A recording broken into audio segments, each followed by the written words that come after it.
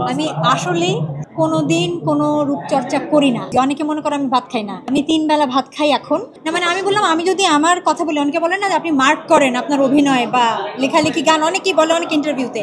অভিনয় আমি জীবনেও আমৃত্যু আমি স্যাটিসফাইড হতে পারবো না। এটা আমার পক্ষে সম্ভব না। সময় আমার মানে মনে হবে যে আমি ভালো করিনি, মানে খুঁতখুঁতে একটা বিষয় থাকবে। কিন্তু আমি তো আসলে যখন মানে এই প্রশ্নগুলো করে যারা আসলে হয়তো একদম নিউ জেনারেশন, হ্যাঁ, আমি তো কাজ করছি গত ২৩-২৫ বছর ধরে।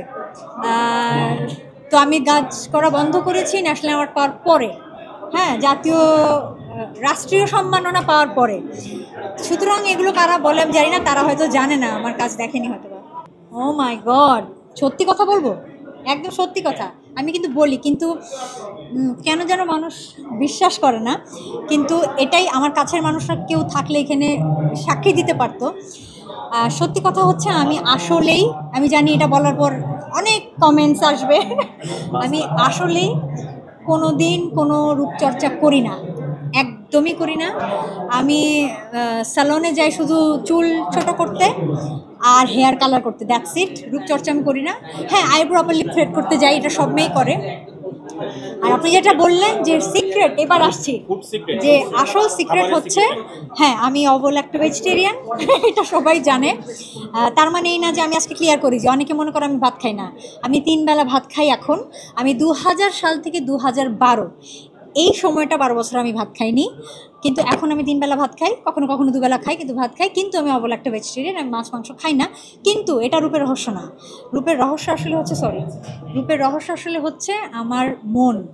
আমি অনেক পজিটিভ মানুষ, আমি সব কিছু খুব পজিটিভলি দেখতে পছন্দ করি।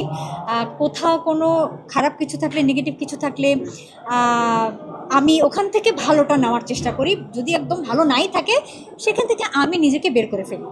খারাপ যাদের সাথে আমি স্যুট করি না, যেখানে আমার মনে হচ্ছে যে না, আমার এই সঙ্গটা আমাকে ভালো কিছু দিচ্ছে না, নেগেটিভ এনার্জি দিচ্ছে, আমি সেখান থেকে নিজেকে সরিয়ে নিই।